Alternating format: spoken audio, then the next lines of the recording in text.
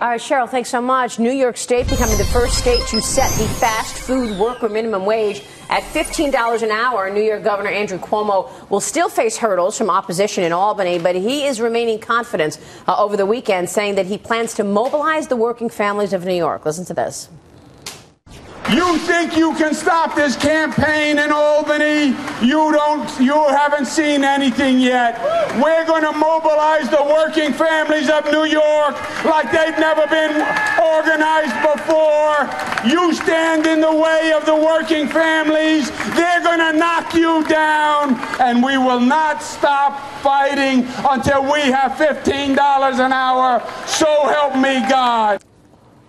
What does this minimum wage increase mean for business in the state? Joining us now, small business owners Butch, Yamali, and Ramon Ray. Good to see you both. Thank you so much for joining us. Good morning. Good morning. Butch, let me kick it off with you. Sure. Tell us about your small business and what you're expecting. I'm in the food business. I have concessions, I have catering halls, I have restaurants, and that's going to be tough for me. I mean, I don't mind paying the wages, but this is for entry-level students. This is for college students, and it's very upsetting. They're not going to get jobs anymore, and it hurts. They're not going to get jobs, meaning what? You're going to fire people? Well, we won't be able to hire them. We won't be able to afford to hire them because these are kids that work in like beach snack bars and little menial marginal places. They're entry-level positions. How can we afford them? Ramon, what about that? Tell us about your business. I'd like to figure out how many of these workers are, in fact, teens, like Butch is talking about, and how many are working families, like the governor is talking about. Yeah, it's a big problem, Maria. It's very nice and cute to say that we need a $15 minimum wage. It's very nice, but I think for business owners, it's not practical because you cannot force business owners to have $50 minimum wage if they cannot afford that. So I think it's great. But yes, and many of them are students. My son, he's a young guy. He can afford to have the minimum wage. But there are people that may need more money, but you can't do that on the backs of business owners. So it's very nice for the governor to say you can't stop this march and all this, but it's not practical because the people who are giving the money are business owners, and we need that help. So you're saying the majority of people that are making the minimum wage are teens, no experience, that those are the people that are making? Some of them may be, yes, but there's a number of people who are Walmart and other places who are older people, who are people like us, but we still can't raise that minimum wage without being practical. It's very hard with students because this is a good learning experience for them. You're going to take that away from them. They won't be able to get an entry-level job. They won't be able to work when they get their working papers at 14, 15 years old. Right. Yeah, people like Butch are going to have to let them go. It's sad. Isn't this partly, though, the story of the costs coming off of the state and going on to business? I mean, one of the reasons that Andrew Cuomo raised the minimum wage, for example, on fast food is because by lifting people out of poverty, then those people do not have to be beholden to the state to get all of the benefits that the state pays for. So is this part of just shifting the cost onto business and away from the state?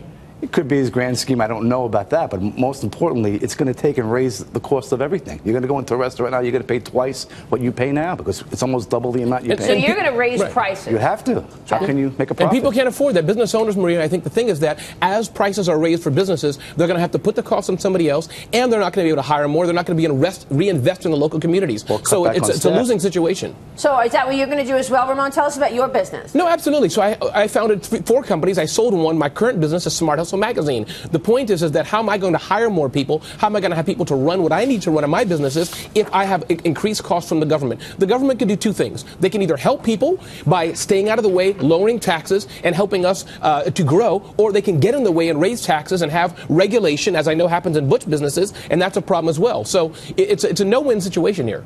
You know, Maria, it seems to me there is the makings of a compromise. I mean, you referred to Walmart. Some people call it the welfare queen because there are so many employees there who literally cannot make ends meet. They're below the poverty level. So we as taxpayers end up supporting them because Walmart's paying them so little. On the other hand, you've got students, as you said, getting experience, getting $8.75 an hour. That's not bad. You'd think there could be a way to craft a law that would allow you to pay a college student $8.75 and would force Walmart to pay someone with a certain tenure, perhaps, maybe after a training period, to get them up to a poverty level, at least kind of wage. Yeah. But keep in mind, what does Walmart say? Walmart says they have the lowest prices as well. I'm sorry. Go ahead, Ramon. I was just going to say, keep in mind, Walmart says they have the lowest prices. So they're also helping middle America because people come in when they want pickles for 50 cents and not $2. They go to Walmart, not Whole Foods. So it's a balance. I would say I'd rather pay $2 for pickles and have lower taxes because the government's not supporting that Walmart worker. The government is also, you have Obamacare to consider in the same That's true. That's very because important. now they're cutting hours. So instead of working a lot of hours and overtime, they're cutting people off at 30, 38 hours so they won't have to be responsible to get Obamacare.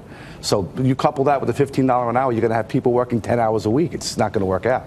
I mean, you're disincentivizing the hiring period, whether it's Obamacare, whether it's the minimum wage, and just to your point about the government, I don't trust them to take less tax money anyway. Absolutely. Absolutely. But this is really, you have to look at this not in a vacuum. I mean, I'm glad you brought up Obamacare because that's part of the cost equation.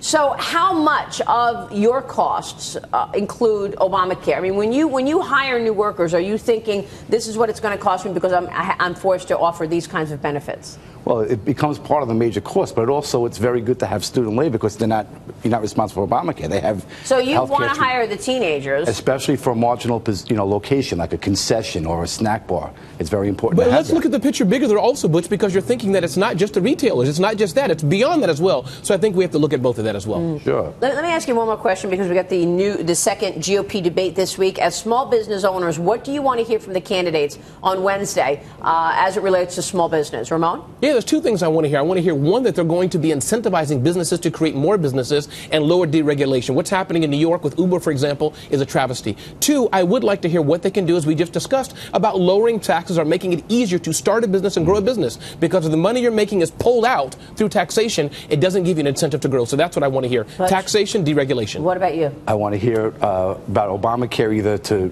reduce it or to do away with it. What's the alternative? The alternative is have health care the way it used to be.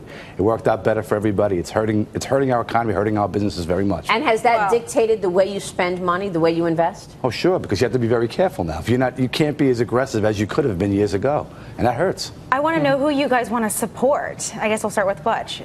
Who do you want to vote for? I kind of like what Trump says, but I just hope he could run the country better than he did his casinos.